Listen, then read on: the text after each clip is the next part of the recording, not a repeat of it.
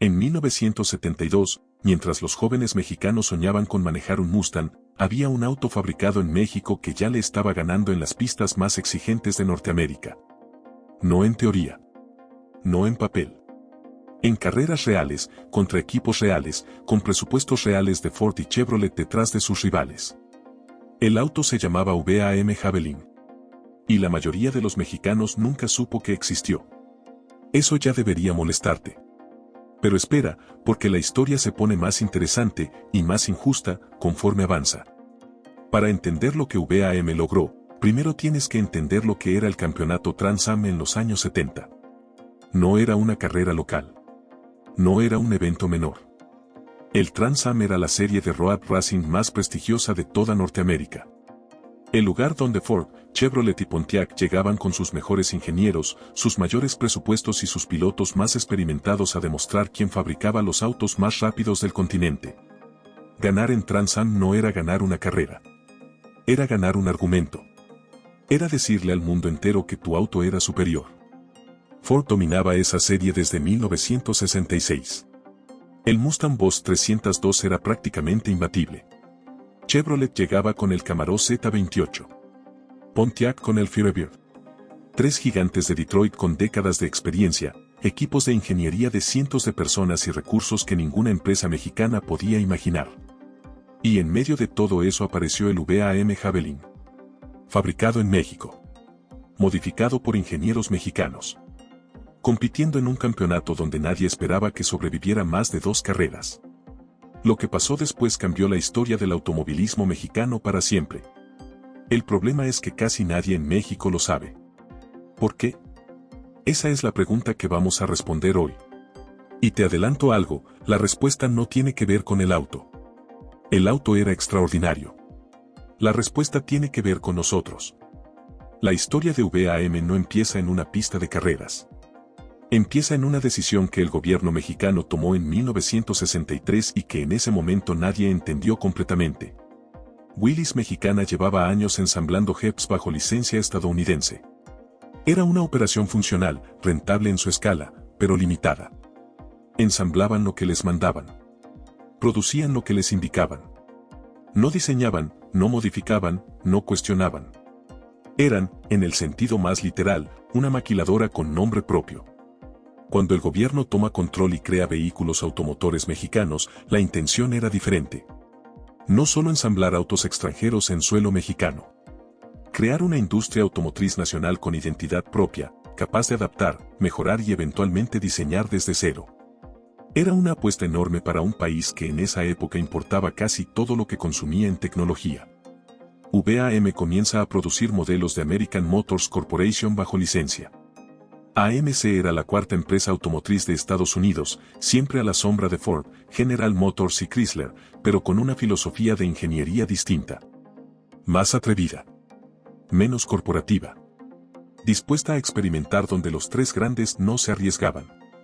Esa combinación, la libertad técnica de AMC con la necesidad práctica de ingenieros mexicanos de resolver problemas reales, produjo algo que nadie había anticipado.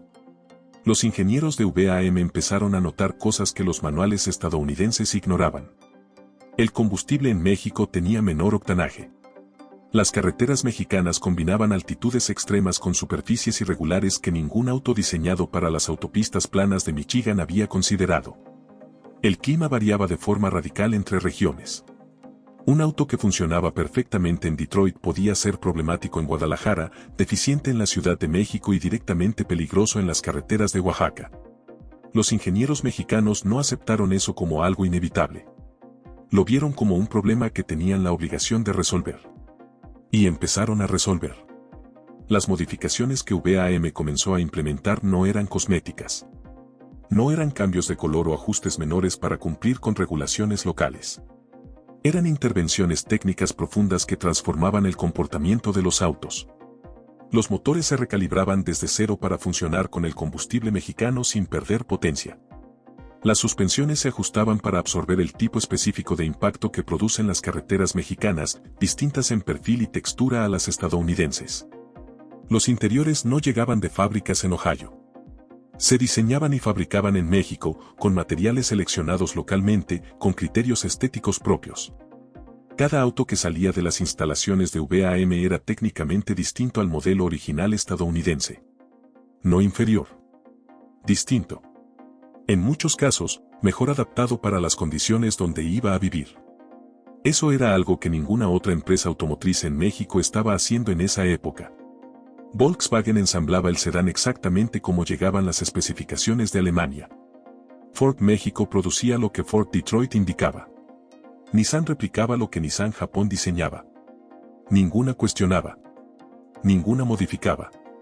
Ninguna se atrevía a decir que el ingeniero mexicano podía mejorar lo que había diseñado el ingeniero extranjero. VAM sí se atrevía. Y tenía razón. En 1968 llegó el momento que definiría la historia completa de la empresa.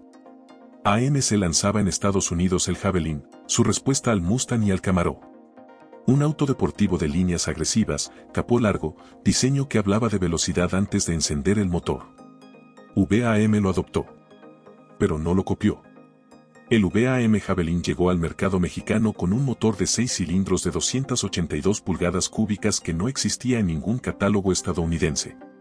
Era una derivación del motor AMC, pero recalibrada, ajustada y mejorada por ingenieros mexicanos para producir más torque en altitudes elevadas. Respuesta más lineal en aceleración y mayor confiabilidad con el combustible disponible en México. Los acabados interiores eran superiores a los del modelo estadounidense estándar. Telas de velour. Instrumentación completa. Detalles que en Estados Unidos eran opciones de precio elevado, aquí venían de serie. El VAM Javelin no era el Javelin americano vendido en México.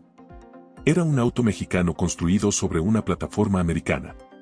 Esa diferencia lo cambió todo. En 1971, el campeonato Trans Am tenía todo definido antes de empezar. Ford llegaba con el Mustang Boss 302 y un presupuesto que haría palidecer a cualquier competidor. Chevrolet traía el Camaro Z28 y años de experiencia en la serie.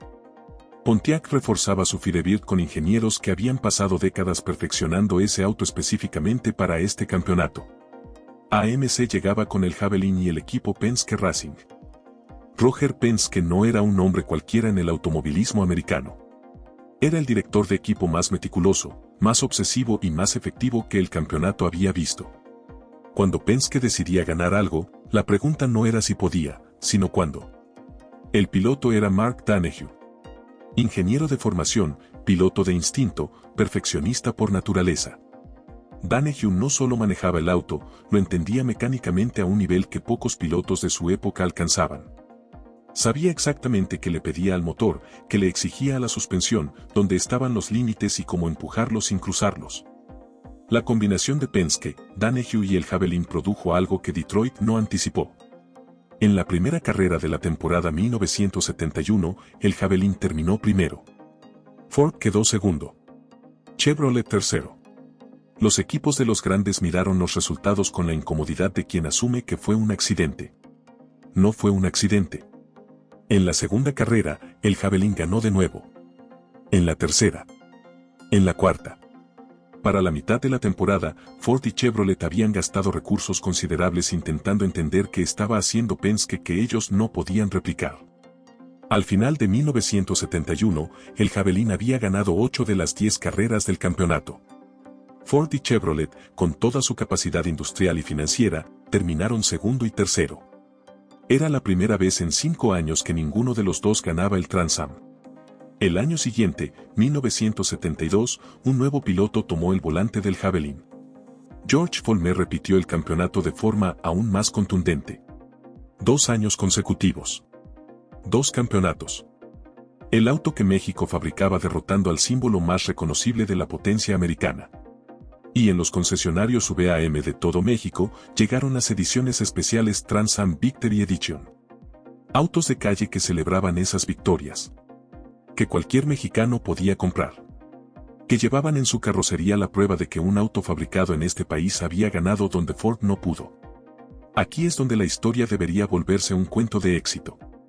Donde el orgullo nacional debería haber explotado. Donde VAM debería haberse convertido en un símbolo de lo que México podía hacer. No pasó eso. El Mustang seguía siendo el auto que los jóvenes mexicanos querían. El Camaro seguía siendo el símbolo de estatus. El Javelin, campeón comprobado en pista, seguía siendo el auto que la gente compraba cuando no podía pagar el otro. ¿Por qué? Porque ganar en una pista de carreras y ganar en la mente de los consumidores son dos batallas completamente distintas. Y la segunda es infinitamente más difícil. Ford llevaba décadas construyendo la narrativa del Mustang. No solo el auto. La imagen. La película con Steve McQueen. Los anuncios que conectaban el Mustang con libertad, con juventud, con una versión de la modernidad que México en los años 70 admiraba desde lejos y deseaba profundamente. VAM no tenía eso. Tenía victorias reales en pistas reales. Pero las victorias sin narrativa no cambian percepciones. Las victorias sin historia son solo resultados en un periódico deportivo que nadie guarda. El Javelin ganó campeonatos que el mundo del automovilismo conocía. Pero el mexicano promedio no leía revistas de automovilismo internacional. No seguía el Trans Am. No sabía que el auto fabricado en su país estaba derrotando a los íconos americanos en sus propias pistas. Nadie se lo contó de una forma que importara. Y aquí está la ironía más profunda de toda la historia.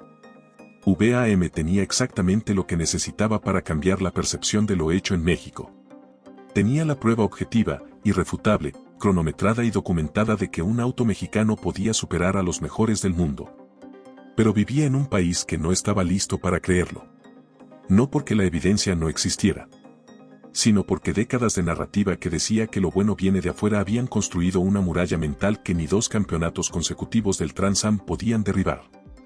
El Javelin ganó en la pista. Perdió en la cultura. Y esa derrota cultural fue la que realmente importó. Los años 80 llegaron con una brutalidad que VAM no pudo absorber. La crisis económica de 1982 destruyó el mercado automotriz mexicano en meses.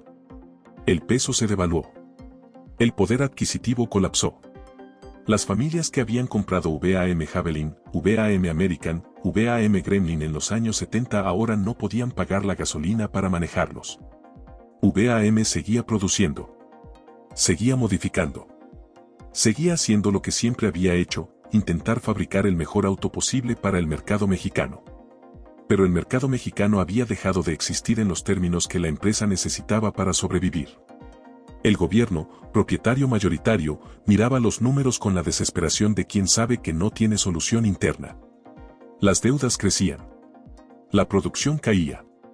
Los ingenieros que habían pasado décadas desarrollando modificaciones propias, calibrando motores, diseñando interiores, comenzaban a entender que el proyecto al que habían dedicado sus carreras estaba llegando a su fin. En 1987, el gobierno mexicano tomó la decisión que nadie quería tomar. Vendió su participación en VAM a Renault por $200 millones, una cifra que apenas cubría las deudas acumuladas. Renault no compró VAM para continuarla. La compró para liquidarla. No había interés estratégico en mantener una empresa automotriz mexicana con problemas financieros en un mercado que acababa de colapsar. Los activos tenían valor. La operación no. En 1986, los últimos autos VAM salieron de la planta de ensamble. Sin ceremonia. Sin discurso. Sin reconocimiento oficial de lo que la empresa había representado para la industria mexicana. Los trabajadores recogieron sus cosas. Los ingenieros buscaron trabajo en otras empresas. Las máquinas fueron vendidas o desmanteladas. 40 años de historia industrial mexicana cerraron sin que nadie organizara siquiera una conferencia de prensa. El VAM Lerma, diseñado y construido completamente por ingenieros mexicanos en 1981, el primer auto verdaderamente nacional en décadas.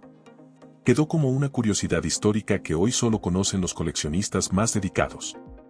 Los Javelin que sobrevivieron terminaron en garajes polvorientos, en lotes de autos usados en Tepito, en manos de entusiastas que los mantuvieron funcionando con refacciones cada vez más difíciles de conseguir. La historia de VAM no terminó con una explosión. Terminó con un silencio. Y ese silencio dijo más sobre México que cualquier discurso oficial podría haber dicho. La pregunta que queda flotando después de todo esto no es técnica. No es financiera. No es política. Es cultural. ¿Por qué México olvidó a VAM? No fue porque el auto era malo. Era extraordinario. No fue porque los ingenieros fallaron. Fueron brillantes. No fue porque la empresa no tenía méritos. Tenía 2 campeonatos Trans Am consecutivos como prueba irrefutable de su capacidad.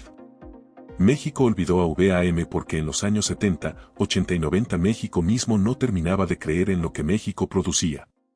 Había una narrativa instalada profundamente en la cultura nacional que decía que lo bueno viene de fuera. Que lo fabricado aquí es una versión inferior de lo real. Que el ingeniero mexicano puede ensamblar lo que diseñó el ingeniero americano o alemán o japonés, pero no al revés. VAM contradecía esa narrativa con hechos concretos. Y sin embargo la narrativa ganó.